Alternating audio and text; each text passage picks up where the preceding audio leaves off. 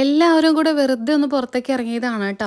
അപ്പോൾ നമ്മൾ പോകുന്ന സ്ഥലത്തിൻ്റെ തൊട്ടടുത്താണ് ട്രെൻഡ്സ് കണ്ടിട്ടുണ്ടായിരുന്നത്. പ്രത്യേകിച്ച് ഡ്രസ്സൊന്നും വാങ്ങിക്കാനൊന്നും ഉണ്ടായിരുന്നില്ല. പക്ഷെ എന്നാലും എന്തെങ്കിലും പുതിയ കളക്ഷനൊക്കെ ഉണ്ടോ, പുതിയ മോഡലൊക്കെ ഉണ്ടോ എന്നുള്ളത് നോക്കാൻ വേണ്ടിയിട്ട് അവിടെ കയറിയിട്ടുണ്ടായിരുന്നു കേട്ടോ. വലിയ രീതിയിലുള്ള കളക്ഷനോ ഓഫറോ കാര്യങ്ങളൊന്നും ഉണ്ടായിട്ടുണ്ടായിരുന്നില്ല കേട്ടോ.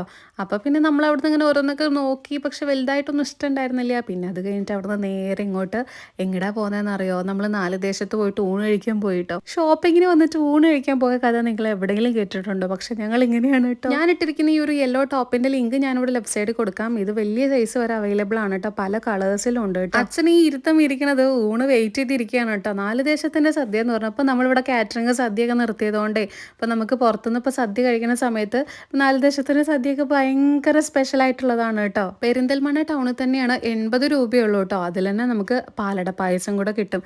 എനിക്ക് ഇവരുടെ രസമാണ് ഏറ്റവും കൂടുതൽ ഇഷ്ടം കേട്ടോ. അപ്പോൾ നമ്മളുടെ ഇന്നത്തെ ഒരു വീഡിയോ ഇത്രയേ ഉള്ളൂ കേട്ടോ. അപ്പോൾ എല്ലാവർക്കും ബൈ.